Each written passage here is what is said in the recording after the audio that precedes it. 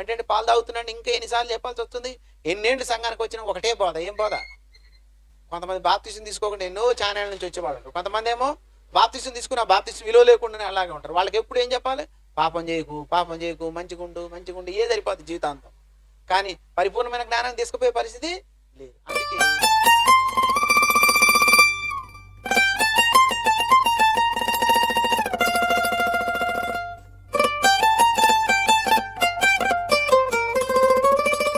పరిశుద్ధుడా, మహోన్నతుడా, సకల ఆశీర్వాదాలకు కారణభూతుడైన మా పరలోకపు తండ్రి, నాయనా మమ్మల్ని అందరినీ కాచి కాపాడి మరలా ఇక్కడ కూర్చోబెట్టారు తండ్రి. అందును బట్టి ప్రభైన క్రీస్తు పేరట మీకు కృతజ్ఞతాస్తుతులు చెల్లించుకొనుచున్నాం. ఇదిగో తండ్రి, నీ బిడ్డలుగా మేము ఇక్కడ కూడుకొని ఉన్నాం నాయనా. నీ మాటలను ధ్యానించబోతుండగా తండ్రి, నా సొంత మాటలు ఏవీ కాకుండా నాయన మీరిచ్చిన 66 పుస్తకాల్లోని మాటలను నీ బిడ్డలకు తెలియజేయటానికి నేను సిద్ధపడుతుండగా మీ ఉపకారాత్మను సహాయం చేయమని ప్రార్థిస్తున్నాను. వినబోతున్న పిల్లలు కూడా తండ్రి వాక్యాన్ని వారి హృదయంలో ప్రతిష్ఠించుకొని ఆత్మానుసారంగా ఎదిగే కృపను దయచేయమని క్రీస్తు వారి పేరట ప్రార్థన అడుగుచున్నాము తండ్రి, ఆమెన్. సరే, మొదట వర్తమానంలో బ్రదరు చాలా చక్కని విషయాలు చెప్పారు.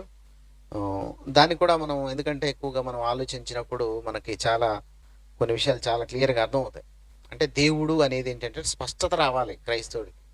ఇప్పుడు దేవుడు అంటే క్రైస్తవులకి ఎవరికి స్పష్టత లేదు. ఒకవేళ అడిగితే ఏమంటారంటే మర్మం అని అంటారు, లేకపోతే త్రియేకం అంటారు, నీకు తెలియదులే అంటారు, లేకపోతే మీరు యెహోవా సాక్షులని పేరు పెడతారు, లేకపోతే మీరు ఇస్లాం వారు అంటారు. రకరకాల పేర్లు పెట్టి పిలిచేస్తారు. ఏదో ఒక పేరు మనకైతే ఒక ట్యాగ్ తగిలిచ్చేస్తారు అనమాట. ట్యాగ్ తగిలిచ్చేసి వీళ్ళు క్రీస్తు విరోధులు, క్రీస్తుని ఎవరైతే దేవుడు కాదంటున్నారో వారంతా క్రీస్తు విరోధులు అని చెప్తారు. సరే ప్రియమైన వాళ్ళారా, మనము ఇప్పుడు అన్నగారిని అడిగాను, మరి అన్న మీరు సెమినార్కి పిలిచారుగా ఏం చెప్పాలి అడిగితే సంఘం గురించి కూడా చెప్పమని అన్నారు. సో సంఘం గురించి మాట్లాడుతూ దాంట్లోనే దేవుని గురించి కూడా, అంటే దేవుడు తండ్రి అనే దేవుడి యొక్క స్పష్టతను మనం ఎలా తెలుసుకోవాలి, ఎవరికైనా చెప్పినా కానీ అది ఇది నిజమే, ఇది కరెక్ట్ ఆన్సర్, దీన్ని బట్టి ఇంకోటి వేరేది లేదు అనేటట్టుగా ఉండాలి. సో మనం ఒక విషయాన్ని ఆలోచిద్దాం. అపోస్తుల కార్యముల్లో ఒక మంచి మాట ఉంటుంది. అపోస్తుల కార్యములు క్షమించండి మనకి కొరింథీయులకు రాసిన మొదటి పత్రిక 3వ అధ్యాయం 10వ వచనం. పరిశుద్ధాత్మ ప్రేరణతో పౌలు గారు రాస్తున్న మాట, కొరింథీయులకు లేఖను రాస్తున్నాడు. ఆ లేఖలో రాస్తూ ఏమంటున్నాడంటే, దేవుడు నాకు అనుగ్రహించిన కృప చొప్పున నేను నేర్పరి అయిన శిల్పకారుని వలె పునాది వేసి తిని మరి ఒకడు దాని మీద కట్టుచున్నాడు. ప్రతివాడు దాని మీద ఎలాగ కట్టుచున్నాడో జాగ్రత్తగా చూచుకొనాలి. ఈ మాటను మనం ఆలోచిస్తే పునాది, నేర్పరి అయిన శిల్పకారి. ఇప్పుడు ఈ ప్రాంతంలో కానీ మిర్యాలగూడ ప్రాంతంలో కానీ మరి భగవాన్ దాస్ అన్న గారు పరిచర్య చేస్తారు. ఈ పరిచర్య చేసే సమయంలో మీరందరూ కూడా సంఘానికి వస్తున్నప్పుడు మిమ్మల్ని ఆయన ఈ సంఘం మీద కట్టాలి. ఏ సంఘము? క్రీస్తు అనే బండ మీద కట్టాలి. క్రీస్తు అనే బండ మీద సంఘం కట్టడం అంటే ఏమిటి? మనం ఒక ఇల్లు కట్టడానికి పునాది వేస్తాం లేదా పిల్లర్, ఆ తర్వాతనే కదా గోడలు పూర్తి చేస్తాం, ఆ తర్వాతనే కదా స్లాబ్ వేస్తాం. అప్పుడు అది ఎలా ఉంటుంది? గట్టిగా ఉంటుంది ఇల్లు. అంటే ఎవరు కట్టారయ్యా అంటే పలానా వాళ్ళని మనం చెప్తాం. అలాగే ఈ సంఘాన్ని కట్టింది ఎవరయ్యా అంటే, ఎవరు కట్టారు సంఘాన్ని అంటే నేర్పరి అయిన శిల్పకారి వల్ల వేసాడు. వేసి ఏ పునాది మీద నిలబెట్టాడంటే క్రీస్తు అనే పునాది మీద నిలబెట్టాడు. అంటే ఇప్పుడు ఎవరైతే పరిచర్య చేస్తున్నారో సేవకులు అనబడిన వారు, వాళ్ళందరూ కూడా ఏం చేస్తారంటే సంఘస్థుల్ని ఒక పునాది మీద నిలబెట్టాలి. ఆ పునాది ఏమిటి అని అడిగితే అది క్రీస్తు అనే బండ. ఎలా వేసాడు ఆ పునాది అంటే నేర్పరి అయిన శిల్పకారుని వలె. ఎలా నేర్పరి అయిన శిల్పకారుని వలె అంటే అర్థం ఏంటి అంటే, ఈ వారంలో నీకు ఒక గొప్ప అద్భుతం జరగబోతుంది అని ఒక మాట మనం అన్నాం అనుకోండి, సంఘస్థులు ఎలా ఉంటుందండి? మీకు తెలుసు ఈ వారంలో గొప్ప అద్భుతం జరగబోతుంది అంటే మనం ఏమంటాం? ఇది మనం చెప్పే మాట కాదు, మనం ఎక్కడ వినలేదు. ఎవరు చెప్తారు ఈ మాట? ఎవరు చెప్తారంటే సంఘాన్ని వ్యాపారంగా చేసినప్పుడు, సంఘాన్ని మనుషులు కూర్చుకొని వాళ్ళని ఏమార్చినప్పుడు, వాళ్ళకు మాయమాటలు చెప్పినప్పుడు, వాళ్ళ ద్వారా సంపాదించుకున్నప్పుడు మాత్రమే అలాంటి మాటలు వస్తాయి. ఉద్యోగం వస్తుంది, రోగం తగ్గిపోద్ది, ప్రభు నమ్మితే అన్నీ పోతాయి, ప్రభు నమ్మితే అన్నీ కలిసి వస్తాయని. ఇక్కడ మనం నేర్చుకోవాల్సింది ఏమిటి అంటే, ఎవరైనా ఆ శిల్పకారి ఎవరైతే ఉన్నారో శిల్పాన్ని చెక్కుతున్నాడు, శిల్పాన్ని చెక్కేటప్పుడు ఒక మంచి బొమ్మను చెక్కాలి. చెక్కేటప్పుడు శిల్పికి తెలిసి ఎలా చెక్కాలి, ఎందుకంటే అతను నేర్పరైన వాడు కనుక. ఆ నేర్పరైన వాడు శిల్పి చెక్కుతుంటాడు బొమ్మని, చక్కగా వచ్చేస్తుంది ఆ బొమ్మని చక్కగానే. అలాగే ఈ సంఘం అనే బండ మీద మిమ్మల్ని నిలబెట్టడానికి సేవకులు అనబడిన వారు ఎలా ఉంటారంటే, శిల్పాన్ని, మంచి శిల్పాన్ని చెక్కాలని చూస్తారు. చెక్కినప్పుడు ఏమవుతుంది, వాక్యం అనేది అర్థమవుతుంది. మనం చెప్పే వాక్యం, ఇప్పుడు సేవకుడు చెప్పే వాక్యం చాలా క్లియర్గా అర్థమైంది. క్లియర్గా అర్థమైనప్పుడు మనం వాక్యానుసారంగా ఎలా నడుచుకోవాలో అర్థమైంది. అప్పుడు ఎవరు చెప్పాల్సిన అవసరం లేదు, ప్రార్థన అనగానే వాళ్ళే వచ్చి కూర్చుంటారు. దేవునికి సంబంధించిన కార్యక్రమాల్లో పాల్గొనాలని ఎవరు చెప్పాల్సిన అవసరం లేదు, ఆటోమేటిక్గా వాళ్ళు వచ్చి కూర్చుంటారు. సువార్తకు బయలుదేరాలి అంటే ఎవరు చెప్పాల్సిన అవసరం లేదు, వాళ్ళే వచ్చి సువార్తకు వెళ్తారు. అంటే ఇవన్నీ వాళ్ళు ఎందుకు చేస్తున్నారు, కారణం ఏంటి అని అడిగితే, వాళ్ళు ఒక నేర్పరి అయిన శిల్పకారుని వద్ద వాక్యం నేర్చుకొని క్రీస్తు అనే బండ మీద నిలబడ్డారు గనక, ఖచ్చితంగా వాళ్ళకి వాక్యం తెలుసు గనక వాళ్ళు వాక్యానుసారంగా నడుస్తారు. అంటే ఒక వ్యక్తిని లేదా సంఘాన్ని ఎలా నిలబెట్టాలి, దేని మీద నిలబెట్టాలి, క్రీస్తు అనే బండ మీద నిలబెట్టాలి. క్రీస్తు అనే బండ మీద నిలబెట్టడం అంటే ఏంటి, ఒక శిల్పకారి శిల్పిని చెక్కేటప్పుడు ఎన్ని బాధలు పడతాడో, అలాగే ఒక వ్యక్తిని క్రీస్తులోనికి తీసుకురావడానికి, ఆ క్రీస్తుని వారిలో చూపించడం కోసం ఎంత తాపత్రయపడాల్సి వస్తుందో చూడండి. అందుకే పౌలు గారు ఒక సందర్భంలో ఏమంటాడంటే, క్రీస్తు స్వరూపము మీ అందు ఏర్పడే వరకు మరలా నాకు ప్రసవ వేదన కలుగుచున్నది. ఎందుకు ప్రసవ వేదనతోనే పోల్చాడు? దేనికి ప్రసవ వేదనతో ఎందుకు పోల్చాడంటే, మనిషి నొప్పిని భరిస్తాడు, నొప్పిని డెల్స్లో కొలుస్తాము.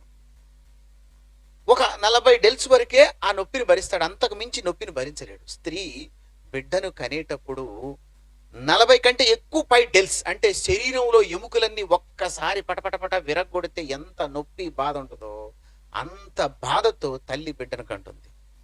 అలాగే మనందరిలో కూడా క్రీస్తు స్వరూపం ఏర్పడాలంటే ఒక సేవకుడికి కూడా అలాంటి వేదన, అలాంటి ప్రసవ వేదన కలిగిద్దని పోల్చి చెప్పడం జరిగింది.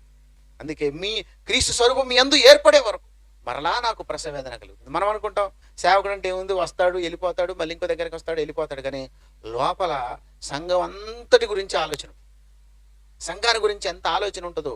ఎవరు ఫైనాన్షియల్గా ఇబ్బంది పడుతున్నా ఆలోచిస్తారు, ఎవరు ఇంకా వ్యాధి బాధలతో బాధపడుతున్నారో వాళ్ళ గురించి ఆలోచిస్తారు, ఎవరు వాక్యాన్ని వినకుండా మరి తప్పించుకుని వెళ్ళిపోతున్నారో ఆలోచిస్తారు, ఎవరు వాక్యానుసారంగా లేరో ఆలోచిస్తారు, కొంతమంది నటిస్తున్నారు వారిని బాగు చేయాలని ఆలోచిస్తారు. ఇన్ని మనసులో పెట్టుకొని సేవకుడు సేవ చేస్తాడు. ఏ సేవకుడు? నేర్పరి అయిన శిల్పకారి. అలాంటి శిల్పకారి ఎక్కడ నిలబెడతాడంటే క్రీస్తు అనే బండ మీద మనల్ని నిలబెడతాడు. అప్పుడు మనము వాక్యాన్ని స్పష్టంగా అర్థం చేసుకోగలుగుతాం. అందుకే కింద ఆ మాట ఏమన్నాడో చూడండి, అద్భుతమైన మాట. వేయబడినది తప్ప మరి ఒక పునాది ఎవడును వేయనేరడు. అది ఈ పునాది యేసుక్రీస్తు. మనందరం ఎక్కడ నిలబడాలి? క్రీస్తు అనే పునాది మీద, ఆ బండ మీద మనం నిలబడాలి. ఎప్పుడైతే క్రీస్తు అనే పునాది ఆ బండ మీద నిలబడతామో అప్పుడే మనకు వాక్యం అర్థమవుతున్నట్టు. ఒక్కొక్కరు సేవకులు వారి వారి అభిప్రాయాన్ని చెప్పుకుంటూ వస్తారు. ఎలాగైనా సరే వాక్యం నా వైపు నుంచి కొంత అర్థం కావాలని ఒక్కొక్కరు ఒక రకమైన అంశాన్ని తీసుకొని చెప్తుంటారు. ఒక్కొక్కరిది ఒక్కొక్క వే, కానీ సబ్జెక్ట్ మొత్తం చివరి వచ్చేసరికి ఏంటి అంటే, తండ్రి దేవుడు ఉన్నాడు, ప్రభువైన యేసుక్రీస్తున్నాడు, చనిపోతే మనకు మరొక జీవితం ఉంది. ఆ జీవితాన్ని మనం ఇక్కడ ఏం చేస్తున్నామంటే 10 మందికి మనల్ని మనం కాపాడుకుంటూ 10 మందిని కాపాడేలా చేస్తూ పాపమునకు దూరంగా ఉంచి మనం ముందుకెళ్తున్నాం. అంటే మనకి ఈ జన్మ పరమార్థం అర్థమైపోయింది. మనిషికి జన్మ పరమార్థం ఎప్పుడు అర్థమవుతుంది? చనిపోయిన తర్వాత మరో జీవితం ఉందంటే, ఎవరో చెప్పి నువ్వు పెద్ద చూసొచ్చావా అని నువ్వు చెప్తున్నావు అంటారు. కానీ బైబిల్లో అనేకమైన అర్థాలు, అనేకమైన మంచి విషయాలు ఉన్నాయి. చనిపోయిన తర్వాత మనిషికి జీవితం ఉంది అనేది. సో ఇక్కడ మనము సంఘాన్ని కట్టుకున్నది ఎందుకు, సంఘాన్ని కట్టుకొని నిలబడ్డాము అంటే ఒక సేవకుడు సంపాదించుకోవటానికి కాదు. అదేవిధంగా సంఘస్థులు కూడా ఈ లోక శరీర అవసరాల కోసమే కేవలం కాకుండా, అంటే దేవుడు ఇవ్వడని కాదు, మన ప్రార్థన విని దేవుడు మనకి ఇస్తాడు, సహాయం చేస్తాడు, కానీ కేవలం దాని మీదనే ఫోకస్ పెట్టడు. చాలా మంది ఏం చేస్తారు, ఉద్యోగం కోసం ప్రభుని నమ్మి దాని మీదే ఫోకస్ పెట్టి వాడు ఆత్మీకంగా ఎదగలేడు. సేవకుడు కూడా ఆత్మీకంగా చెప్పలేడు. నువ్వు ప్రార్థన చేయ దేవుడు ఇచ్చేస్తాడు అంతే అంటాడు. అబ్రాహాంకి లేదా, యోబుకి లేదా, ఎంతమందికి లేదు, నీకెందుకు ఇయ్యడు, ఇస్తాడు అంటే అది కాదు బోధ. వారిని క్రీస్తు అనే బండ మీద నిలబెట్టాలని. ఎందుకయ్యా క్రీస్తు అనే బండ మీద నిలబెట్టాలంటే అపోస్తుల కార్యంలో ఒక చక్కని మాట ఉంది, తెలియజేస్తాను చూడండి. 20వ అధ్యాయము 28వ వచనం. అమ్మ, దేవుడు తన స్వరక్తమిచ్చి సంపాదించిన సంఘమును అని ఒకసారి ఆలోచిద్దాం ఇక్కడ ఈ మాట. దేవుడు స్వరక్తమిచ్చి సంపాదించిన సంఘం. ఎవరిచ్చారట సంఘానికి రక్తం? అంతేనా? చెప్పాలి. ప్రభు అని కింద పుట్టినోట్లో ఉంది పాఠాంతరం. దేవుడు అనే పదం ఇక్కడ వాడాడు. ఈ దేవుడు అనే పదం వాడటం వల్ల చాలా మందికి అర్థమైంది ఏంటి అంటే, తెలుగులో డైరెక్ట్గా దేవుడు అని, ఇంగ్లీష్లో కూడా కొన్ని సందర్భాలు అనే రాయబడి ఉంది. సో దేవుడు అనగానే వీళ్ళు ఏమైపోయారంటే యేసు ప్రభు దేవుడు అంతే, యేసుక్రీస్తు దేవుడు. యోహాను చెప్పాడు, అపోస్తుల కార్యాల్లో చెప్పారు, ఇంక పౌలు గారు కూడా దేవుడు అని చెప్పాడు. వీళ్ళందరూ దేవుడు అని చెప్తూ నువ్వు దేవుడు కాదంటావా అనేవాళ్ళు లేరా? కానీ దాని లోతు అర్థం చేసుకోలేకపోయారు. బైబిల్ని అర్థం చేసుకోలేకపోవటం వల్ల ఇప్పటికీ కూడా క్రైస్తవుల్లో స్పష్టత లేదు దేవుడు అంటే ఏంటి అని. అడగండి, బయటికి వెళ్ళి ఒక నలుగురు రకరకాల చర్చిలకు వెళ్ళి అడగండి దేవుడు ఎవరు అన్నాడు. ఒక ఆయన ఏమంటే యేసుప్రభు ఒక్కడే దేవుడు అంటాడు. ఇంకొక ఆయన అడగండి ముగ్గురు కలిపి త్రియేకం అంటాడు. ఇంకో దగ్గరికి వెళ్ళి అడగండి ముగ్గురు దేవుళ్లే కానీ వేరు వేరు. ఎక్కడికి వచ్చేసింది? ఎందుకు వచ్చినాయి ఇవాళ ఇలాంటి ఆలోచనలు అంటే, వీళ్ళు క్రీస్తు అనే బండ మీద నిలబడకపోవటం వల్ల, ఆ శిల్పకారి సరిగ్గా వాళ్ళని చెక్కలేదు గనక, ఆ శిల్పి వంక టింకరగా ఉంది గనక, శిల్పిని ఆ శిల్పిని ఆ బొమ్మను చూడగానే మనకు అనిపిస్తుంది ఎలా ఉంది, వంక టింకరగా ఉంది, ఇదేంట్రా బాబు ఇదేవిడ్రా చెక్కిందంట. అలాగే సంఘంలో కూడా సేవకులు అనేవాళ్ళు సరిగ్గా వాళ్ళని కాయకపోతే ఏమవుతుంది? వాళ్ళకి వాక్యం అర్థం కాకుండా పోద్ది. నువ్వే కాదు, గుడ్డివాడికి గుడ్డివాడు త్రోవ చూపినట్టు నీతో పాటు నడిచి గుంటలో పడతాడు. మరి ఎంత జాగ్రత్త సంఘం అంటే, చాలా మంది ఈ విషయాల్ని చాలా టేక్ ఈజీగా తీసుకుంటారు. సంఘము దాని విలువ అంటే చాలా టేక్ ఈజీగా తీసుకుంటారు. కానీ సంఘం అనేది చాలా విలువతో కూడింది. సో ఇప్పుడు దేవుడు స్వరక్తం ఇచ్చి అన్నాడు కదా, యేసు ప్రభు దేవుడు అని అంటారు. కానీ ఇక్కడ యేసు ప్రభు గురించి ఏమని రాయబడింది కింద పుట్టినోట్లు అంటే, ప్రభు అని పాఠాంతరం ఉంది. ప్రభు ప్రభు అంటే మరి బైబిల్లో ఇద్దరు ప్రభులు ఉన్నారుగా, ఉన్నారా లేదా? మనం బైబిల్లో చూస్తుంటాం ప్రభుల్ని, ఇద్దరు ప్రభుల్ని పెద్దగా బోల్డ్ అక్షరాలతో కనపడుతుంది ప్రభువు అని. ఎవరు అనగానే మనం తక్కువ చెప్పేస్తాం. ఏమని చెప్తాం? తండ్రి అయిన దేవుడు. మరి చిన్న అక్షరాలతో కనపడుతుంది యేసుక్రీస్తు. మరి తండ్రి అయిన దేవుడి గురించి యేసు ప్రభు గురించి చెప్పినప్పుడు కూడా మళ్ళా చిన్న అక్షరాలే రాశారు కొన్ని సందర్భాల్లో. అప్పుడు ఎలా అనిపిస్తుంది? ఇవన్నీ కూడా మనము ఆలోచించలేకపోవడం వల్ల, పరిశీలించలేకపోవడం వల్ల మనకు ఏమైపోయిందంటే, దాని మీద సరైన అవగాహన రాక యెహోవాయే తనలోని భాగాన్ని తీసుకొని బయటకు వచ్చేసి శరీరాన్ని ధరించుకొని వచ్చేసాడని చెప్పేస్తారు. అయిపోతుంది ఒకటే మాట. ఆ తర్వాత మళ్ళీ ఆయన చనిపోయి తిరిగి వెళ్ళిపోయిన తర్వాత పరిశుద్ధాత్మ వచ్చాడని చెప్పాడు. మరి ఆల్రెడీ పరిశుద్ధాత్మ అంతకుముందే ఉన్నాడు, ఆయన మీద వాలటం జరిగింది బాప్తిసం ఇచ్చే సమయంలో. ఇవన్నీ ఉంటాయి అంటే అన్ని కాంట్రవర్సీ అయిపోతాయి మొత్తం. అదే దేవుడు ఒక్కడే, ఆయన తండ్రి అని చెప్పుకుంటూ ప్రభు యేసుక్రీస్తున్నాడు, పరిశుద్ధాత్మ ఉన్నాడు, దేవుడు వీళ్ళని పంపించాడు అని చెప్తే అసలు కాంట్రవర్సీ ఎక్కడ ఉంటుంది? అందుకే మనకంటే ఎక్కువగా అన్యులు బైబిల్ బాగా చదివేశారు. కొంతమంది చదివి ఇప్పుడు అడుగుతున్నారా లేదా, యేసు దేవుడు అని ఎవడైనా చూపించాడు ఛాలెంజ్ అంటాడు. అప్పుడు మనం ఏం చేస్తాం? నిజంగానే మనం పోయి ఛాలెంజ్ చేసి వస్తే ఏమైపోద్ది? ఆ డిబేట్లో నువ్వే పోతావు. సో తెలియకపోతే తెలుసుకోవాలి. కానీ ఎందుకు అంటే ఇంకొక ఆలోచన ఉండదు. ఆయన మన కోసం ప్రాణం పెట్టాడు కదా, మన కోసం రక్తాన్ని చిందించి ప్రాణం పెట్టిన ఆయన దేవుడు కాదంటావా అనే కోపం కూడా ఉంటుంది. ఎందుకంటే ఇన్ని రోజుల నుంచి విన్న బోధ అది, ఆ మనసులో నాటుకుపోయి ఉన్న బోధ అది. ఆ బోధ నాటుకుపోయి ఏమైపోయింది? అది మంచి మహావృక్షమై కూర్చుంది. దాన్ని వేళ్లతో సహా పెకిలించాలంటే ఎట్లా కష్టమా? పోని మొద్దు వరకు కొట్టేస్తే మళ్ళీ చిగురుతుంది. అది ఎవడో ఒకడు వస్తాడు మళ్ళీ చెప్తాడు. సో వేళ్లతో సహా పెకిలించేయాలంత పెద్ద మహావృక్షాన్ని అంటే చూడండి. సో నేటి క్రైస్తవ్యం పరిస్థితి అదే. దేవుడు అర్థం కాలేదు స్పష్టంగా. మనం సింపుల్గా ఒక మాట చెప్పుకుందాం. ఎవరినైనా అడగండి, సిలువకు దండం పెట్టొచ్చా? చెప్పండి. మీరు కూడా చెప్తే నాకు కూడా అర్థమైంది. సిలువకు దండం పెట్టొచ్చా? పెట్టకూడదు. బయట క్రైస్తవులు కూడా అడగండి, ఏం చెప్తారు? సిలువకు దండం పెట్టొచ్చా అని? పెట్టకూడదని చెప్తారు. ఎవరో కొంతమంది పెట్టుకుంటారు, సరే అది ఓకే, అది వదిలేయండి, వాళ్ళకి అసలు ఇంకేం తెలియదు నాకు. సో సిలువకు దండం పెట్టొచ్చు అంటే పెట్టలేము. మనం ఆర్సీఎం చర్చిలకు అట్లా పోతూ ఉంటే బొమ్మలు ఉంటాయి, కనపడతాయి, యేసుప్రభు బొమ్మ, శిలువ బొమ్మలు. ఆ శిలువను గట్టిగా పట్టుకొని లేదంటే యేసుప్రభు బొమ్మను పట్టుకొని ఏడుస్తూ ఉంటారు, ప్రార్థన చేస్తారు. వాళ్ళని గమనిస్తాను నేను. సో శిలువకి మొక్కితే తప్పు అన్నవాడికి అది చాలా క్లియర్గా అర్థమైంది. అదే విధంగా మనం నిర్గమకాండంలో చదివితే ఒక మాట ఉంటుంది, ఏమని ఉంటుందంటే భూమి అందే కానీ, భూమి కింద నీళ్ళు అందే కానీ, ఆకాశం అందే కానీ మీరు ఏ రూపంనైనాను చేసుకోకూడదు, దానికి సాగిల పడకూడదు. ఇది కూడా కరెక్టేగా. అంటే ఇక్కడ మీకు చాలా క్లియర్గా అర్థం కావాలి, అందుకోసం చెప్తున్నాను. మరొక దగ్గర ఏమంటాడంటే దేవత్వం అనేది బంగారంలోను, వెండిలోను, ఇంకా మట్టిలో, ఇంక దేంట్లో ఉంటుందేమని మీరు ఊహించుకునేరు, దాంట్లో కూడా దేవత్వం ఉండదు, అది దేవుడు అని మీరు అనుకోవద్దు అని. ఇంత క్లియర్గా దేవుడు అంటే ఒక్కడే అని, ఆయనకు రూపం లేదని, ఆయన నిరాకారుడని ఇంత క్లియర్గా ఉంది. సో మనము వాటికి దండం పెట్టకూడదు అనేది మనకు తెలిసింది. ఏది? యేసుప్రభు బొమ్మకు కానీ సిలువకు కానీ. ఎందుకు అంటే అది భూమిలో నుంచి మట్టి నుండి తయారు చేయబడింది అని. సో ఏ రూపం చేసుకోకూడదు, బంగారం వెండిలో కూడా ఉండొద్దు అని చాలా క్లియర్ అయిపోయింది, వెరీ క్లియర్. రైట్. ఇప్పుడు యేసుప్రభు దేవుడు అనేవాళ్ళు ఒక మాట చెప్పాలి. ఏంటి అంటే యేసుప్రభు భూమి మీదకి వచ్చినప్పుడు మరియమ్మ గర్భం ద్వారా వచ్చాడు, అవునా? అంటే భూమి మీదకి రావటం కోసం ఆయనకు ఒక శరీరం కావాలి, ఆ శరీరము మరియమ్మ గర్భం ద్వారా వచ్చింది. అంటే మరియమ్మ ఎక్కడి నుంచి వచ్చింది? మనం వెనక్కి వెళ్ళిపోదాం మానవ సంతతికి. మరియమ్మ ఎక్కడి నుంచి వచ్చింది? వాళ్ళ తండ్రుల నుంచి, గర్భాల నుంచి. ఇట్లా వెనక్కి వెళ్ళిపోతే మొట్టమొదటి మానవుడు ఎవరు?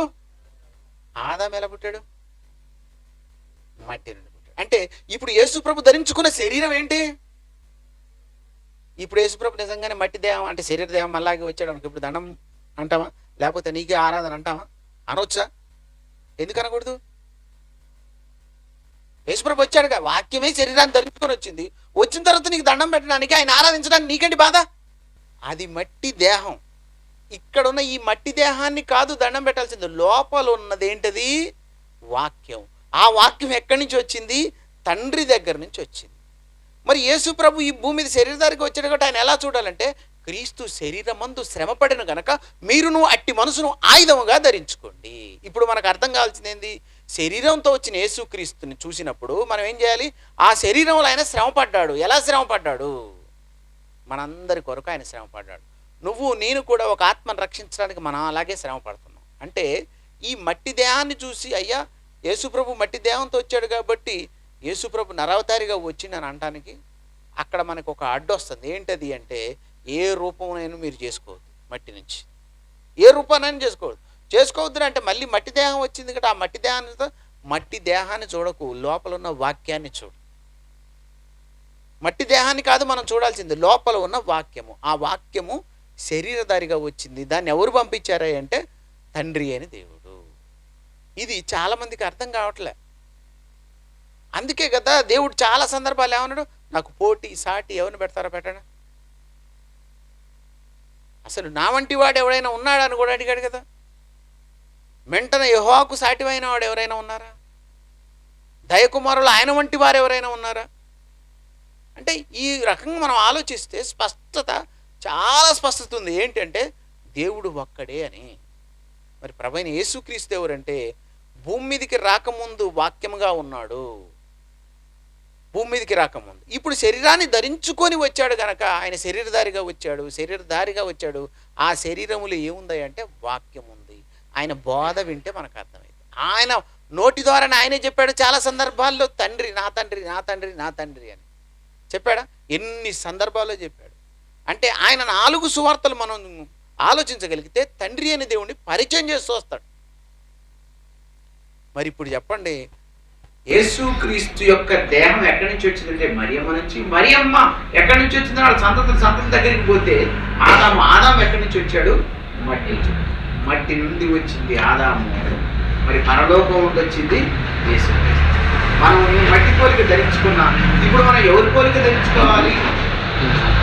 ఆ పరలోకం నుంచి వారి పోలిక ధరించుకోవాలంటే యేసుక్రీస్తు యొక్క పోలికను మనం ధరించుకోవాలి. యేసుక్రీస్తు అంటే వాక్యము. ఆ వాక్యము ఆయన బోధ మనలో అంటే మనందరూ ఇప్పుడు ఏముండాలి? క్రీస్తు స్వరూపం ఉండాలి. క్రీస్తు స్వరూపం. అందుకే పౌలు గారు ఏమన్నాడు? క్రీస్తు స్వరూపం మీ అందరూ ఏర్పడే వరకు మరలా నాకు అంటే ఇక్కడ యేసుప్రభుని దేవుడు ఎందుకు పంపించాడంటే సంఘమును నిలబెట్టండి. అనాది సంకల్పంలో అనుకున్నాడు యేసుక్రీస్తు ద్వారా మనందరినీ రక్షించాలని. అందుకే ప్రభు తన స్వరక్తం ఇచ్చి సంపాదించిన సంఘమును పరిశుద్ధాత్మ చదవండి అన్నమాట. అపోస్తల కార్యాలు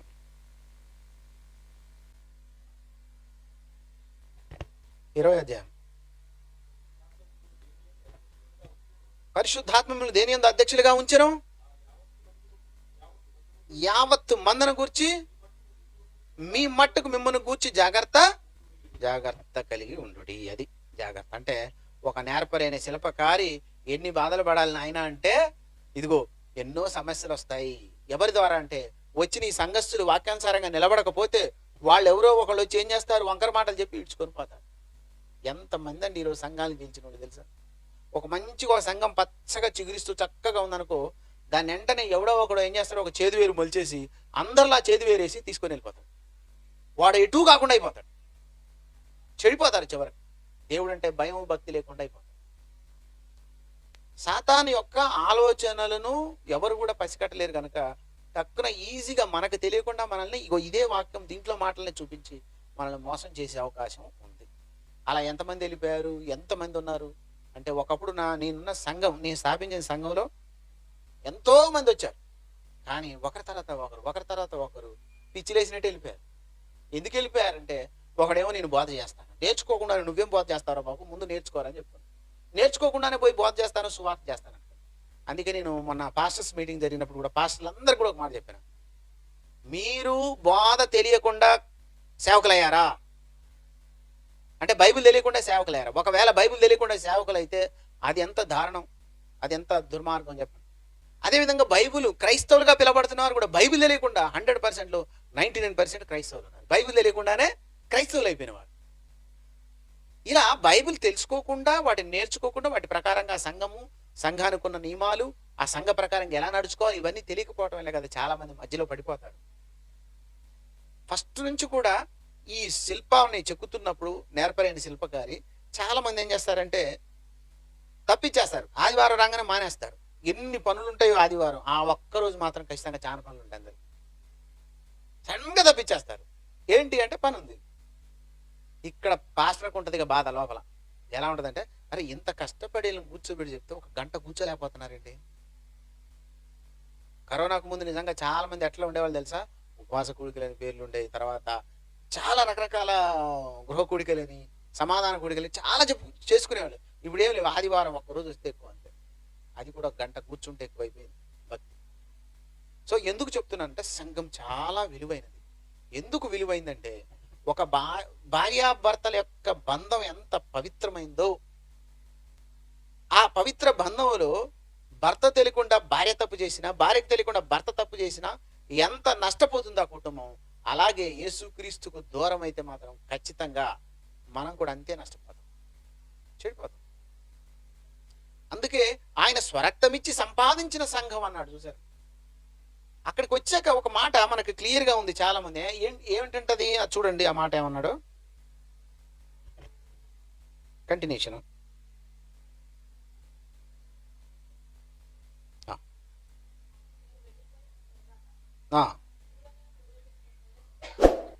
నేను వెళ్ళిపోయిన తర్వాత క్రూరమైన తోడేళ్లు మీలో ప్రవేశించిన నాకు తెలియను, వారు మందను కనికరింపరు మరియు శిష్యులు తమ్మంట ఈడ్చుకొని పోవాలని వంకర మాటలు పలుకు మనుషులు మీలోనే బయలుదేరుదురు. అట్లాగే బయలుదేరారు. ఎన్ని బోధలయ్యా అసలు యేసు సంఘంలో అంటే మనం భయంకరమైన బోధలు వచ్చేసాయి. ఇదే బైబిల్ కదా. ఈ బైబిల్ని పట్టుకున్న మనందరం చూడండి, క్రైస్తవులందరూ ఒక్కొక్కళ్ళతో ఒక సిద్ధాంతం. ఎందుకు వచ్చింది ఈ సిద్ధాంతం? ఇట్లా ఒక్కొక్కరితో ఒక్కొక్కటి.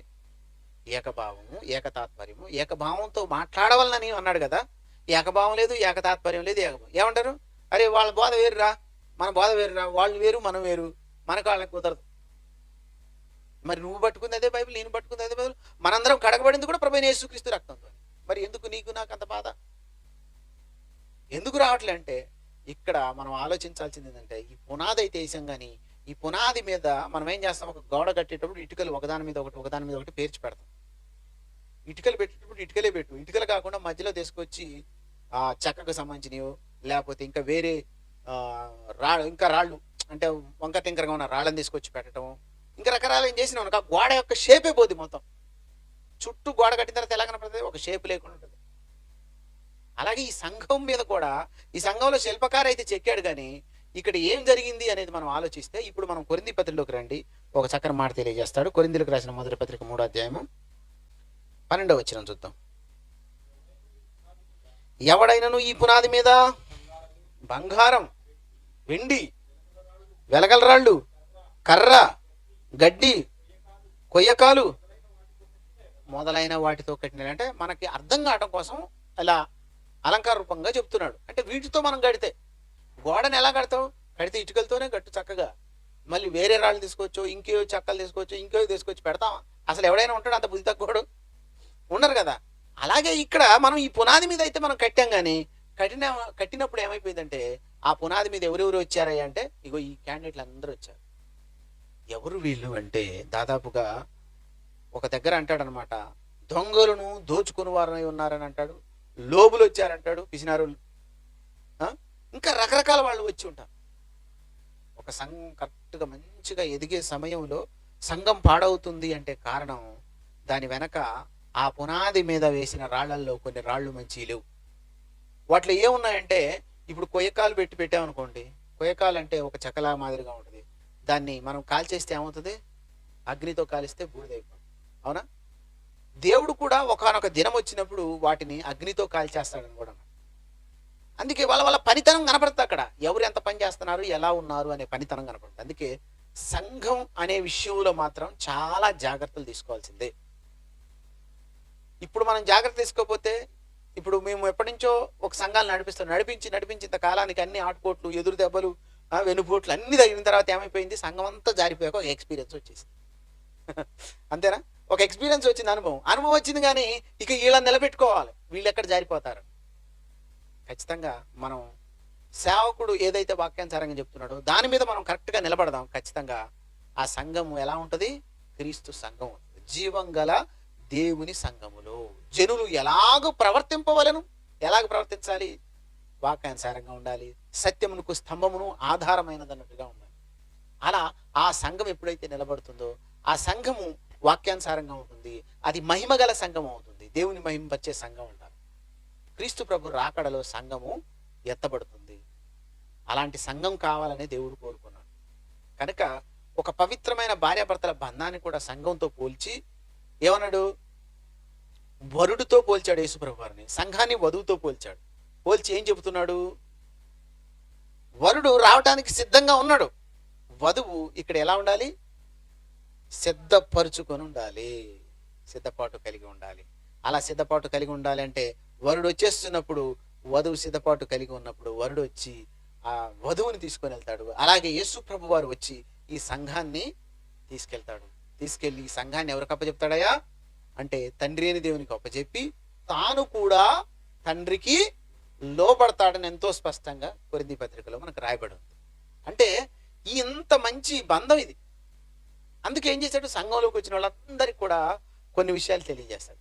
ఏంటి అంటే, సేవకుడు తెలియజేస్తాడు. ఏమని తెలియజేస్తాడో ఒకసారి మనం ఎఫెసీ పత్రికలో చూద్దాం. ఒక్కసారి 5వ అధ్యాయం 23 నుంచి చూడండి. క్రీస్తు సంఘమునకు శిరస్సయున్నలాగున పురుషుడు భార్యకు శిరస్సై ఉన్నాడు. క్రీస్తే శరీరమునకు రక్షకుడై ఉన్నాడు. సంఘము క్రీస్తునకు లోబడినట్లుగా భార్యలు కూడా ప్రతి విషయంలో తమ పురుషులకు లోబడి. క్రీస్తు సంఘానికి మనం క్రీస్తుకు లోబడినట్లుగా అన్నాడు కదా. ఎందుకు లోబడాలి అంటే కింద ఏం చెప్తున్నాడు చూడండి. 27 చదవమ్మ. అటువలే ఇక్కడ మనం చాలా విషయాన్ని తెలుసుకోవాలి. చాలా మంచి విషయం ఏంటంటే, క్రీస్తు కూడా సంఘమును ప్రేమించి. ఎవరా సంఘం? సంఘం అంటే ఎవరు? మనమే. సంఘం అంటే 4 కోడలు కాదు, మనమే. క్రీస్తు కూడా సంఘమును ప్రేమించి. చూడండి ఇక్కడ ఒక మంచి మాట చూడండి. మనలో కళంకం అనేది ఉండకూడదు అనుకున్నాడు. అది కళంకమైనను ముడతైనను అట్టిది మరి ఏదైనను లేక పరిశుద్ధమైనది గాను నిర్దోషమైనది గాను మహిమ గల సంఘము గాను మనందరిని ఎలా నిలబెట్టుకోవాలనుకున్నాడు? తాను ఎదుట మహిమగల సంఘం, అంటే వీళ్ళందరూ కూడా మహిమగల సంఘం, అంటే దేవుని మహిమపరిచే పిల్లలుగా ఉండాలని ముందే కోరుకున్నాడు దేవుడు. అందుకే యేసుక్రీస్తు ద్వారా ఏం చేశాడు? ఆ వాక్యముతో ఉదక స్నానం, అంటే శరీరాన్ని శుభ్రపరచుకోవడానికి స్నానం చేస్తాం, ఆత్మను శుభ్రపరచుకోవడానికి, మన హృదయాన్ని శుభ్రపరచుకోవడానికి వాక్యము చేత ఏం చేశాడు? యేసు ప్రభువు ఉదక స్నానం చేయించేశాడు. పరిశుద్ధపరచుడికై మనందరి కొరకు ఆయన బలి అయిపోయాడు. ఇది క్రీస్తు శిలువ త్యాగం.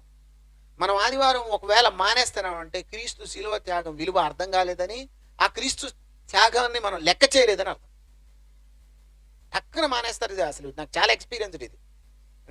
అందరూ అలా ఉన్నారో లేదో నాకు తెలియదు, కానీ వెంటనే మానేస్తారు. కానీ ఎవరు రాలేదని సేవకుడు చూసుకుంటాడు తెలుసా సంఘంలో, వీళ్ళు ఎందుకు రాలేదని. ఏ సేవకుడు? ఎవరైతే నేర్పరే శిల్పకారే పునాది వేశాడో వాళ్ళని క్రీస్తు పునాది నిలబెట్టాలని ఎంతో ఆరాటపడుతూ ప్రయాసపడుతున్నాడు, క్రీస్తు స్వరూపం ఏర్పడాలని ఆ సేవకుడు.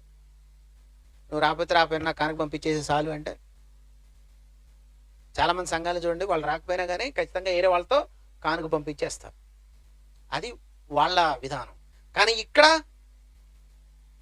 ఇక్కడ సంఘానికి డెవలప్మెంట్ కావాలన్నా, సంఘం అభివృద్ధి చెందాలన్నా ఏం చేయాలి?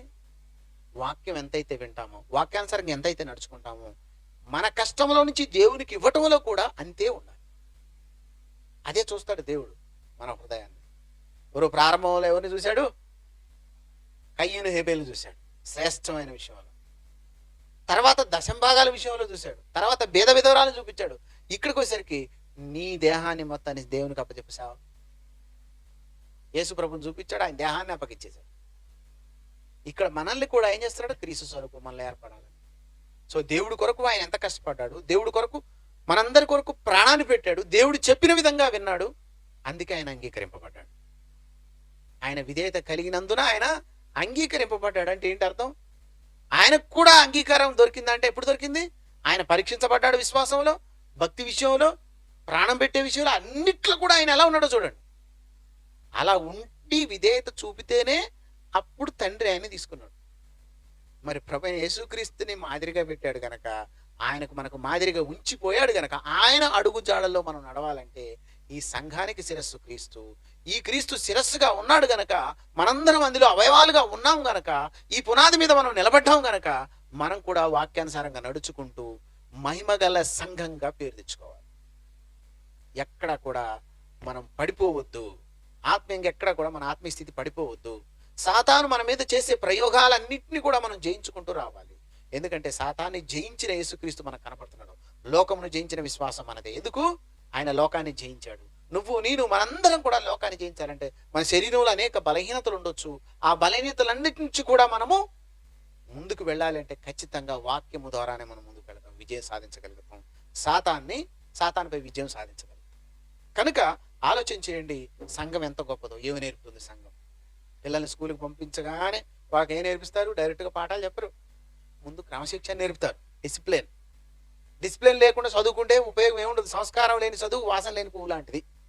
అట్లాగే డిసిప్లిన్ లేకుండా వాడు ఎంత చదువు చదివి ఎన్ని మార్కులు వచ్చి ఎన్ని ర్యాంకులు వచ్చినా ఉపయోగం ఉండదు. అలాగే ఇక్కడ దేవుడికి కావాల్సింది ఏంటంటే జ్ఞానము, లేకపోతే నువ్వు పెద్ద పెద్ద జ్ఞానానికి సంబంధించిన ఎన్నోనే చెప్పొచ్చు, కానీ జ్ఞానానికి మించిన క్రీస్తు ప్రేమ ఉంది ఒకటి. అది కావాలి. అది కావాలంటే ఇక్కడ నువ్వు నేర్చుకోవాల్సింది. అప్పుడు నీకు వాక్యం పర్ఫెక్ట్గా అర్థమవుతుంది, వాక్యానుసారంగా నువ్వు నడుచుకోగలుగుతావు. కనుక ప్రియమైన దేవుని వాళ్ళ గమనించండి, ఎంత మంచి మాటలు బైబిల్ గ్రంథంలో రాయబడి ఉన్నాయి సంఘం కొరకు. మరి ఇంతకు సంఘం అంటే ఏంటి? సంఘం అంటే ఏంటి? సంఘం అంటే మనమే కదా. మనం అంటే మనల్ని సంఘం అని అన్నారంటే ఈ పదము మనం గ్రీక్ పదం ఎక్లేషియా నుంచి వచ్చింది. పదం సమావేశం అవ్వటం, కూడుకోవటం, అందరం కలిసి ఒక దగ్గర ఉండటం అనేది ఉంటుంది చూసావా, దాన్ని. అంటే ఇదంతా ఏంటి? ఇప్పుడు ఇది సంఘం, మనందరం కూడుకున్నది. ఎవరు ఏం చేస్తున్నాం కూడుకొని అంటే ఇదిగో బైబిల్లో ఉన్న మాటలను మనం తెలుసుకోవటం. కనుక మనం ఆలోచించాలి ఎంత మంచి విషయాలు ఇక్కడ ఉన్నాయనేది. చెప్పి ఏమంటున్నాడు? తను తాను ఇది కళంకమైనను ముడతైనది మరి ఏదైనాను లేక పరిశుద్ధమైనది గాను నిర్దోషమైనది గాను మహిమగల సంఘంగాను ఆయన ఎదుట దాన్ని నిలబెట్టుకోవాలని వాక్యముతో ఉదక స్థానం చేత దాన్ని పవిత్రపరిచి పరిశుద్ధపరిచి దాని కొరకు తను తాను అప్పగించుకొనెను. అది ఎందుకయ్యా ప్రాణం పెట్టాడు యేసు ప్రభు? స్వరక్తం ఇచ్చి సంపాదించిన సంఘం అంటే ఇది. ఇప్పుడు మరొక విషయాన్ని ఇక్కడ మనం తెలుసుకోవాలి. ఏంటంటే మనల్ని చూసి వాక్యం వద్దు ఏమొద్దు, మనల్ని చూసి సంఘానికి వచ్చేవాళ్ళు ఎవరైనా ఉంటారా? ఇప్పుడు ఇంట్లో భార్యాభర్తలు ఇద్దరు ఉన్నారు. భార్య ఏమో చర్చికి వస్తుంది, భర్త రావట్లేదు. ఇప్పుడు భర్తని చర్చికి తీసుకురావాలంటే వాక్యంతో పని లేదు. పవిత్రమైన ప్రవర్తన చూచి వాక్యము లేకుండానే మీరు మీ భర్తల్ని రాబట్టవచ్చు అన్నాడు. అంటే ఏంటి ఆ పవిత్ర ప్రవర్తన? ఏంటి అంటే మనం తెలుసుకోగలిగితే భార్యను చూడగానే ఒక ఆలోచన కలిగింది. ఏంటి ఆలోచన అంటే ఈమె వాక్య విషయంలో కానీ, భక్తి విషయంలో కానీ, క్యారెక్టర్ విషయంలో కానీ ఇంత పర్ఫెక్ట్గా ఉంది అంటే ఇక ఏం అవసరం లేదు, ఒకటే మాట, నువ్వు వచ్చి అంటే వచ్చేస్తాడు. అలా మార్చుకోగలగాలి అన్నాడు. అలాగే మనల్ని కూడా సంఘంలో చాలా మంది మనలందరినీ బైబిల్ పట్టుకున్నప్పుడు ఖచ్చితంగా మనం చూస్తారు. ఎవరు ఏం చేసినా ఏమైనా కానీ బైబిల్ పట్టుకొని మనం వెళ్తున్నాం కనుక ఖచ్చితంగా మనల్ని చూస్తారు. ఏం చూస్తారు? ఫస్ట్ వాడు ఫోకస్ చేసేది మన క్యారెక్టర్ మీదే చేస్తాడు. ఫోకస్ చేసి ఏమంటాడు? బైబిల్ పట్టుకొని పోతాడు, బైబిల్ పట్టుకొని పోద్ది, కానీ వాడి బుద్ధి మాత్రం మారలేదురా, మరి ఆడు ఏం నేర్చుకుంటున్నాడో ఏంటో అంటారా? ఆ మాటతో ఇంకొన్నాళ్ళు ఏమంటారంటే సంఘానికి బీటులందరూ ఇట్నే ఉంటారా అనే పేరు కూడా వస్తుంది. అంటే ఎంత జాగ్రత్త కలిగి ఉండాలంటే మన మీద ఎన్ని కన్నులు ఫోకస్ అయిపోయినాయి చూడు. చాలా జాగ్రత్తగా మన క్యారెక్టర్ మనం కాపాడుకోగలిగి మనం నోటి మాట చెప్తే చాలు వచ్చే విధంగా ఉండాలి. అంటే అలాంటి క్యారెక్టర్ కలిగి ఉండాలంటే అది మహిమగల సంఘం అయితే తప్ప అలాంటి క్యారెక్టర్ కలిగి ఉండదు. సో మనందరం కూడా అలాంటి సంఘంగా ఉండాలని దేవుడు కోరుకున్నాడు. కనుక అనాది సంకల్పంలోనే ప్రభువైన యేసుక్రీస్తు ద్వారా మనందరి జగత్తు పునాది వేయబడి ముందే ఏర్పరచుకున్నాడు. అందుట్లో మనం ఉన్నాం గనక ఎక్కడి వారం మనందరం ఇప్పుడు ఇక్కడ కూడుకొని ఉన్నాం. ఇప్పుడు ఇలా మాట్లాడుకుంటున్నామంటే కారణం అందరికీ అవకాశం రాదు, కొద్ది మందికి వచ్చింది. ఆ కొద్ది మందిలో మనం ఉన్నాము అంటే అది మరి ఎంతైనా సరే, మరి అది ఎంత అదృష్టం. అందుకే దేవునికి మహిమకరంగా, దేవుని మహిమపరిచే పిల్లలుగా ఉండాలని దేవుడు ఎప్పుడు కూడా మనల్ని కోరుకునేది అదే అనమాట. సో మనం అపోస్తల కార్యంలో చదువుతుంటే, నేను అంతకుముందు కూడా ఒక సందర్భంలో చెప్పాను, ఒక పక్షవాయువు కలిగిన ఆయన ఉన్నాడు. జనరల్గా మాట్లాడతాను, నేను రిఫరెన్స్లు ఎక్కువ చూపించట్లేదు, టైం పడుతుందని. పక్షవాయువు కలిగిన ఒక ఆయన ఉన్నాడు, అయినయ్య అని. ఎప్పటి నుంచో మంచంలో పడి ఉన్నాడు. అయినయ్య స్వస్థపరచకూడుతున్నావా అన్నాడు. స్వస్థపడాలనుకుంటున్నావా? నీకు ఆ రోగం నుండి విముక్తి కలగాలా అని అడిగాడు. అవునన్నాడు. అయితే ఇప్పుడే ప్రభువైన యేసుక్రీస్తు నామమున లే అని చెప్పేసి ఆయన్ని బాగు చేసి ఆయన్ని విశ్వాసమందు ఉంచి ప్రభులో నిలబెట్టాడు. ఆ ఆయనను చూసి ఎంతో మంది వచ్చారు. ఎందుకు వచ్చారు? రోగం తగ్గిందని కదా, అంతే కదా. పక్షవాయు తగ్గిందంటే ఆటోమేటిక్గా వచ్చేస్తారు.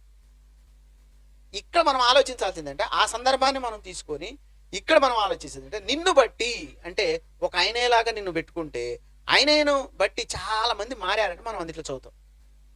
అంటే నన్ను బట్టి కూడా సంఘానికి వచ్చేవాళ్ళు ఉండాలి. ఏం మాట చెప్పావు? ఒక కరపత్రం అయిపోయావు అంతేను. నీ క్యారెక్టర్ని బట్టి నువ్వు ఒక కరపత్రం అయ్యావు, నీ నోటి మాట చాలు అంతే, వచ్చేస్తాడు నీ వెనక.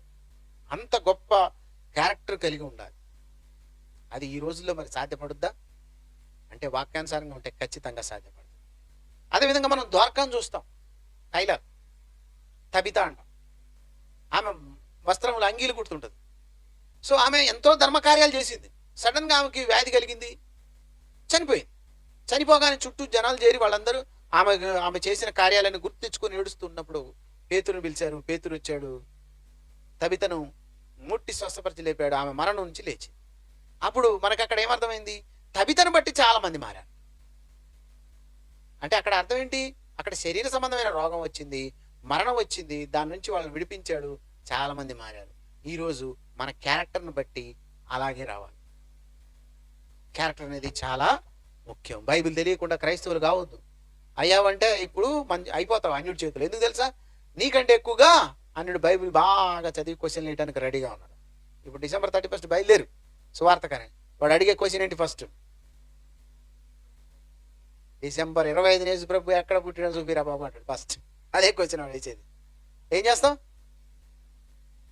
మమ్మల్ని మత ప్రధానం చేసుకోవడం, మతోన్మాదుల్లాగా మీరు ఎమ్మడబడ్డారా? సమాధానం చెప్పు. మరి మన దగ్గర ఉండదు. దానికి ఎక్కడెక్కడో కారణాలు ఎత్తుకొని ఏదేదో చెప్పుకుంటూ పోతాం. వద్దు, అలా వద్దు. సువార్త అనేది డిసెంబర్కి చేయడానికి కాదు, లేదంటే గుడ్ ఫ్రైడేకి, ఈస్టర్ డేకి చేయడానికి కాదు. ఎనీ టైం మనం సువార్త చేయాలి. అంటే సంఘంలో ఇన్ని విలువైనవన్నీ నేర్చుకొని ఒక మహిమగల సంఘంగా మారి ఒక మంచి క్యారెక్టర్ కలిగిన మారిన వాడే క్రైస్తవుడు, పరిశుద్ధురాలుగా పిలవబడతారు. కనుక సంఘం ఎంత గొప్పది, సంఘం గురించి ఎంత బాగా చెప్పాడు. సో ఆ సంఘం మీద ఆ గోడ కట్టేటప్పుడు శిల్పకార్యంలో పునాది వేసి ఆ పునాది మీద నిలబెట్టేటప్పుడు కొన్ని వెలగల రాళ్ళు బంగారం కొయ్యకాలు వచ్చినాయి. వాటిని అగ్ని పరీక్షించిందంట. ఏమని పరీక్షించింది అగ్ని? వాటి అగ్ని పరీక్షించడం అంటే ఏంటి? కొయ్యకాలు మసి అయిపోయింది, మాడిపోయింది. వెలగల రాళ్ళు అయినా ఇంకేదైనా నువ్వు పెట్టు, ఏమైపోతాయి? మాడిపోతాయి. అదే బంగారం అయితే పుటం వేస్తే బంగారం ఎలా ఇంకా పుటం వేసినప్పుడు దగ దగ దగ మెరుస్తుందో, నీ విశ్వాసం కూడా అలా దగదగ మెరవాలి బంగారంతో పోల్చాడు. ఇట్లా అనేక సందర్భాల్లో అనేక విషయాలు తీసుకొని మనల్ని చక్కగా బాగు చేయడం కోసం, మనల్ని మంచి స్థాయిలో నిలబెట్టడం కోసం ముందుకు తీసుకెళ్ళాడు. చివరిగా ఒక 2 మాటలు చెప్పి ముగించేస్తాను నేను.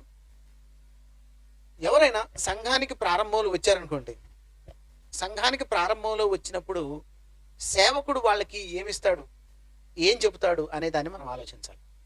పుట్టిన పిల్లగాడికి నువ్వు వెంటనే అన్నం పెడతావా? ఏం చేస్తారు? పాలు, తల్లిపాలు. మొట్టమొదటగా వచ్చిన పాలు ఉంటాయి. జాత శిశువుకి మొట్టమొదటిగా తల్లి నుండి వచ్చే పాలు ఉంటాయి. ఆ పాలను ఏమంటారు? కొలెస్ట్రాల్ అంటారు. ఆ పాలు బిడ్డ తాగితే ఏమైందంటే రెసిస్టెంట్ పవర్ పెరుగుతుంది. ఎందుకు? ఇన్ని రోజులు తల్లి గర్భంలో ఉన్నవాడు బయటకు వచ్చాడు. బయటికి రాగానే సూక్ష్మజీవులు ఎక్కడి నుంచి అయితే దాడి చేస్తాయో అలా దాడి చేసినప్పుడు ఏమైతే ఆ పిల్లవాడు రోగం బారిన పడతాడు. అలా బారిన పడకుండా ఉండాలంటే ఆ తల్లి నుంచి వచ్చే పాలు ఏవైతే ఉన్నాయో మొట్టమొదటి పాలు ముర్రు పాలు అంటారు, కొలెస్ట్రాల్. ఆ పాలు తాగినప్పుడు పిల్లవాడు రెసిస్టెంట్ పవర్ పెరుగుతుంది. అప్పుడు సూక్ష్మజీవులు దాడి చేయవు. అలాగే ప్రారంభంలో సంఘానికి వచ్చిన వాడికి కూడా ఏం చేయాలి? నిర్మలమైన వాక్యమను పాలు. అంటే నెమ్మదిగా దేవుడి గురించి కొంచెం చెప్పుకుంటూ రావాలి. ఆ మాట ఎక్కడుందో చూద్దామా? పేతురు రాసిన మొదటి పత్రికలో, పేతురు రాసిన మొదటి పత్రిక 2వ అధ్యాయం 1వ వచనం. ప్రభు దయాళుడని మీరు రుచి చూసినట్లా.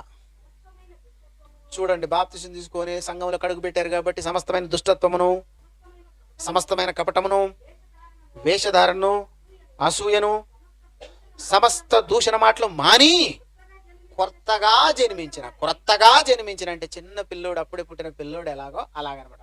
కొత్తగా జన్మించిన శిశువులు పోలిన వారై నిర్మలమైన వాక్యమును పాల వలన రక్షణ విషయంలో ఎదుగు నిమిత్తం ఆ పాలని ఆపేక్షించుడి. అంటే సంఘానికి వచ్చినప్పుడు నిర్మలమైన వాక్యమనే పాలు తాగాలి. అప్పుడే ఆ పాలు పడ్డప్పుడే స్టాండర్డ్ అవుతావు. ఆ పాలు తాగలేదనుకో ఇక ఎదుగుతున్న కొద్ది ఏమైపోద్ది, నీకు సహించవు చెప్తుంటే మాటలు. అందుకే చాలా మంది గోడకు చేరబడి నిద్రపోతా అంటారు. అవునా? అంటే అర్థం ఏంటి? ఫస్టే ఎక్కలేదు. ఏంటి? నిర్మలమైన పాలు, వాక్యం అనేది ఎక్కలేదు. ఇక తర్వాత మనం పెద్ద పెద్ద మెసేజ్ చెప్తుంటే ఏం అర్థం కావట్లేదు అని కోరుకోండి. ఏమర్థమైంది? ఎలా అర్థమైంది? స్టాండర్డ్గా లేవు నువ్వు అని చెబుతూ ఏమన్నాడు చూడండి. మనుషులు విసర్జించబడిన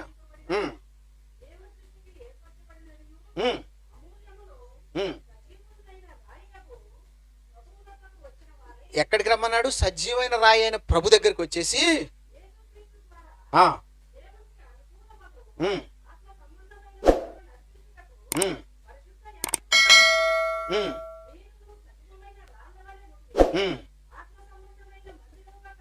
మీరును సజీవమైన రాళ్ల వలె. ఇప్పుడు మీరు అందరూ ఎవరు? రాళ్లే. ఏ రాళ్ళు? సజీవమైన రాళ్ళు. అంటే ఇక్కడ సంఘం ఎలా కట్టబడుతుంది? సజీవమైన మందిరం, జీవం గల మందిరం, కదిలే మందిరం. ఎవరు ఆ మందిరం? అంటే మనమే. ఎందుకు మందిరం గల సజీవమైన మందిరం కట్టబడ్డావంటే నువ్వు నిర్మలమైన వాక్యమైన పాలు ఎప్పుడైతే ఆపేక్షించావు, అక్కడి నుంచి ఆ పాలు తాగుకుంటూ నువ్వేమైపోయావు? చాలా విషయాలు తెలుసుకొని దాంట్లో పరిపూర్ణుడు అయిపోయి ఇక నువ్వేం చేస్తున్నావు? ఈ సజీవమైన మందిరంగా ఏర్పడి ఈ సంఘమును ఏం చేస్తున్నావు అంటే దేవునికి మహిమకర సంఘంగా మారుస్తూ అనేక ఆత్మలను రక్షిస్తున్నావు. అంటే వారి కొరకు అనుకూల సంబంధం, ఆత్మ సంబంధం బలులు అర్పిస్తున్నావు. అంటే అనేకుల కొరకు నువ్వు చాలా కష్టపడుతూ తీసుకొస్తున్నావు. అలా ఒక మందిరంగా ఏర్పాటు కావాలి. అదే సజీవమైన మందిరం. ఆ పునాది మీద మనందరము నిలబడాలి అని ఇక్కడ చెప్పాడు కదా పేతురు గారు. పేతురు గారు ఇలా చెప్పినప్పుడు మరి పౌలు గారు ఊరుకోవచ్చుగా. మళ్ళీ పౌలు గారికి ఎందుకు? పౌలు గారు ఏం చెప్పాడో తెలుసా? మీరు కాలమును బట్టి చూస్తే బోధకులుగా ఉండవలసిన వారు, కానీ మీరు ఎలా ఉన్నారు? ఇంకా మూలపాఠాలు చెప్పాలి. ఏం మూలపాఠాలు చెప్పాలి? పాపం చేయకు, మంచిగుండు, లోకం వైపు పోకు, మంచిగుండు అని చెప్పాల్సి వస్తుంది. కానీ కాలాన్ని బట్టి చూస్తే మీరు బోధకులై ఉండాలి. దేవోక్తుల్లో కూడా మరలా మీకు బోధించవలసి వస్తుంది మూలపాఠాలు. అందుకే మీరు ఏం చేయండి, పాలు తాగేవాళ్లే కానీ మీరు భోజనం చేసేవాళ్ళు కాదన్న. పాలు తాగేవాళ్ళంటే ఎప్పటికీ పాలు తాగే బోధేనా?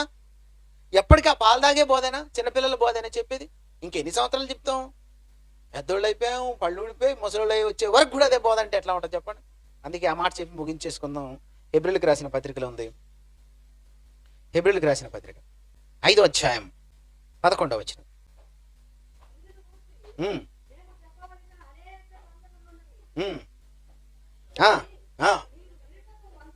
ఇప్పుడు చెప్పిన మాటలన్నీ ఎవరికైనా వినుటకు మందులు అంటే ఏంటి అర్థం?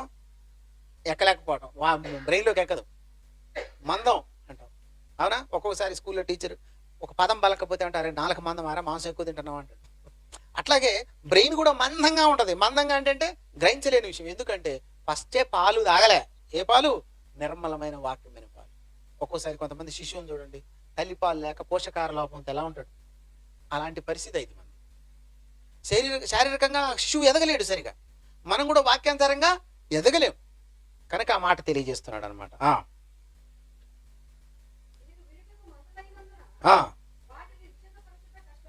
ఎంత చెప్పినా ఎక్కదు, చెప్పటం చాలా కష్టమవుతుంది. కాలమును బట్టి చూస్తే మీరు బోధకులుగా ఉండవలసిన వారై ఉండగా దేవోక్తుల్లో మొదటి మూలపాఠాలు ఒకటి మీకు మరలా బోధించవలసి వచ్చింది. మీరు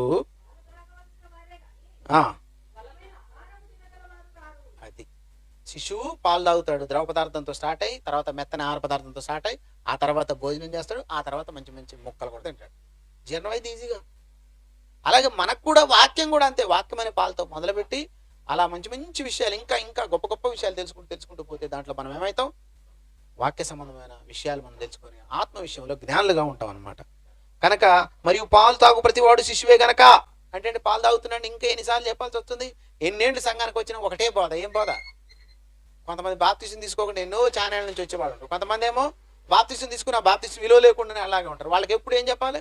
పాపం చేయకు, మంచిగుండు, ఏ సరిపోతుంది జీవితాంతం.